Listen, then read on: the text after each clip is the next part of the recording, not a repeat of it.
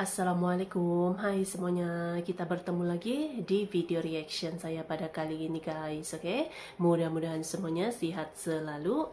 Nah, kali ini saya mau tengok video tentang ini ya. Merinding, Australia sebut Indonesia bisa lebih dahsyat daripada China. Kenapa? So, jangan lama-lama lagi, mari sama tengok video ini. Let's go.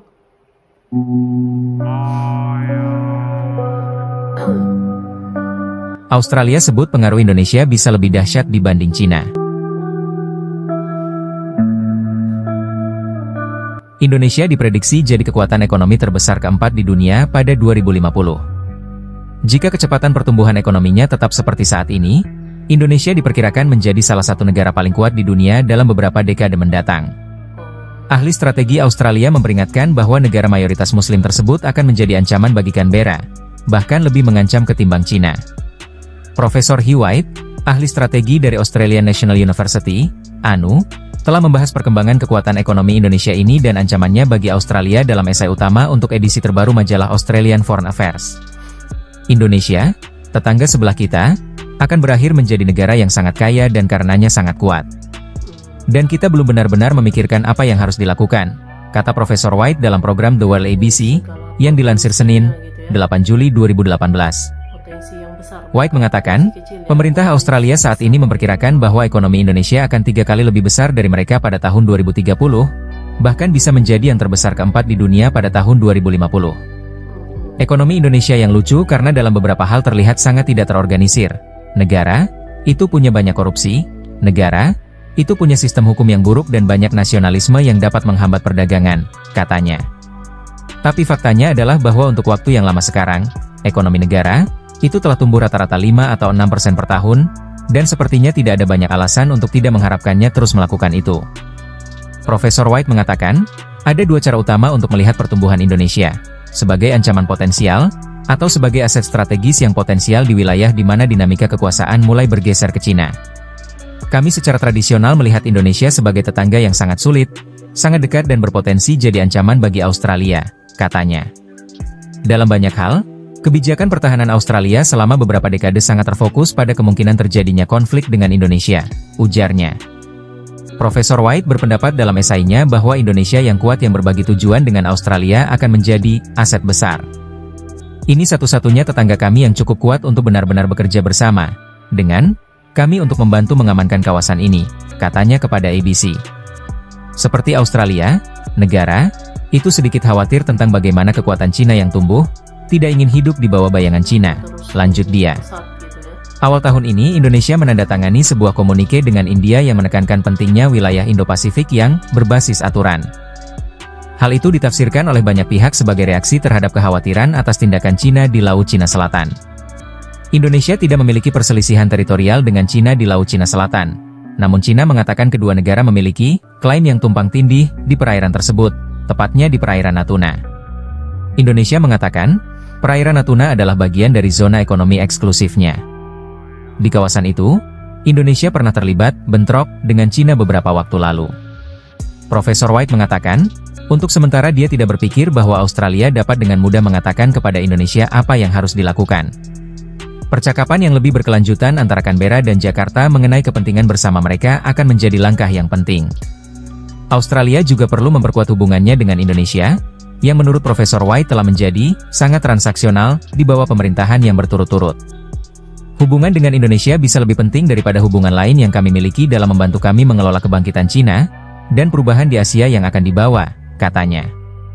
Mereka sudah berurusan dengan Indonesia tentang isu-isu spesifik seperti terorisme atau manusia perahu, hal-hal semacam itu, tetapi belum mencoba membangun basis pemahaman dan kerja sama strategis yang sangat penting, yang menurut saya akan sangat penting bagi kepentingan Australia. Departemen Luar Negeri dan Perdagangan, DFAT, Australia menyatakan, Indonesia adalah salah satu mitra bilateral terpenting Australia. Kami memiliki hubungan yang erat, komprehensif dan bertahan lama yang mencakup berbagai bidang mulai dari ekonomi, perdagangan dan investasi, hingga pertahanan dan keamanan, serta hubungan antar orang-orang, pariwisata dan pendidikan, kata DFAT melalui seorang juru bicara dalam sebuah pernyataan. Menteri Luar Negeri akan mengunjungi Indonesia bulan depan, menegaskan kembali pentingnya hubungan dan potensinya untuk tumbuh lebih jauh. Profesor White menjelaskan ada dua cara bagi Australia dalam melihat pertumbuhan Indonesia, yaitu sebagai potensi ancaman, atau sebagai aset strategis di kawasan ini ketika dinamika kekuatan mulai bergeser ke Cina. Secara tradisional kita melihat Indonesia sebagai tetangga yang sulit dihadapi, sangat dekat dan berpotensi mengancam Australia, jelasnya. Umumnya kebijakan pertahanan Australia selama beberapa dekade sangat terfokus pada kemungkinan terjadinya konflik dengan Indonesia, tambahnya. Dalam artikelnya itu, Profesor White menyebut Indonesia yang kuat dan memiliki tujuan yang sama dengan Australia akan menjadi aset besar.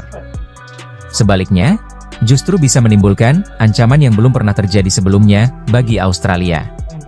Sehingga, katanya, apapun yang menjadi pilihan Indonesia, jauh lebih penting bagi masa depan strategis Australia dibandingkan masalah lainnya.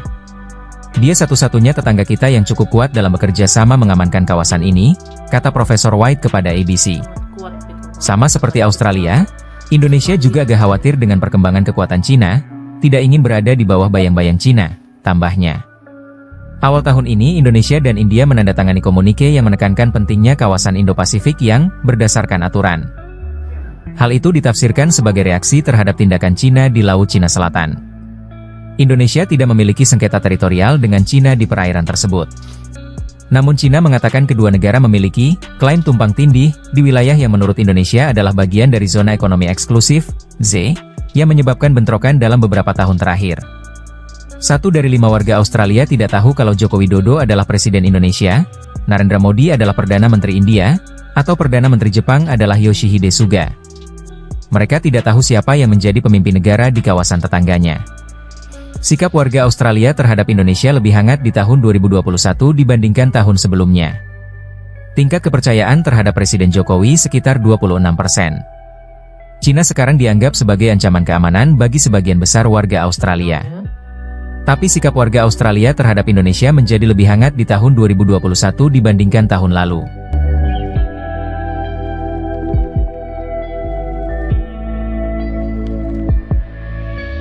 Inilah rangkuman laporan survei Lowy Institute tahun 2021 yang diterbitkan hari Rabu ini, 23/6. Lowy Institute adalah sebuah lembaga pemikir berpengaruh di Australia, yang setiap tahunnya mengadakan survei untuk mengetahui pandangan warga Australia mengenai berbagai masalah global. Survei terbaru 2021 dilakukan bulan Maret lalu dengan bertanya kepada 2.200 warga, mulai dari masalah kepercayaan terhadap pemimpin mereka sendiri sampai masalah dunia yang dianggap kritis saat ini, seperti ekonomi dan perubahan iklim. Dalam survei tahun ini terlihat tingkat kehangatan terhadap Indonesia adalah 55 derajat, naik 4 derajat dibandingkan tahun sebelumnya. Di tahun ini juga lebih banyak warga Australia yang percaya jika Indonesia bertindak secara bertanggung jawab dibanding tahun 2020. Jumlahnya naik 12 poin menjadi 48%. Meski mereka lebih percaya kepada Indonesia, tapi hanya seperempat lebih, yakni 26%, dari mereka yang mengatakan yakin Presiden Joko Widodo dapat mengatasi masalah global.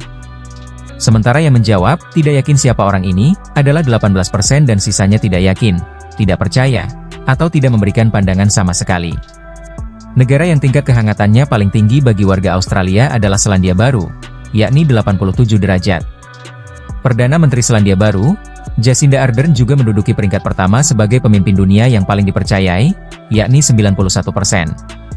ABC Indonesia menghubungi Duta Besar Indonesia Kristiarto Legowo untuk memberikan tanggapan mengenai survei terbaru dari Lowy Institute. Dalam perspektif kami, hubungan Indonesia-Australia saat dalam keadaan lebih baik dari sebelumnya. Hubungan ini sangat bagus terutama sejak kedua pemimpin, PM Scott Morrison dan Presiden Jokowi, menyetujui perjanjian perdagangan komprehensif, AICPA, antar kedua negara yang sudah mulai diberlakukan sejak 5 Juli 2020, kata Dubes Kristiarto. Ia berharap hubungan kedua negara lebih meningkat lagi di masa depan. Wah, kita patut bangga ya. Bahwa negara maju sekelas Australia saja merasa gemetar ketika berada dekat Indonesia. Kita doakan Indonesia terus semakin maju ke depannya tanpa ada kendala. Amin. Jadi bagaimana menurut pendapat Anda? Jadi Indonesia pun juga semakin lama semakin berkembang pesat sudah gitu kan. Seperti kita ketahui ya, memang potensinya itu memang sudah ada, bahkan pengamat-pengamat internasional pun mengatakan Indonesia ini akan jadi salah satu negara yang akan mengalami ataupun akan berada di posisi terbaik dalam perekonomian dunia gitu.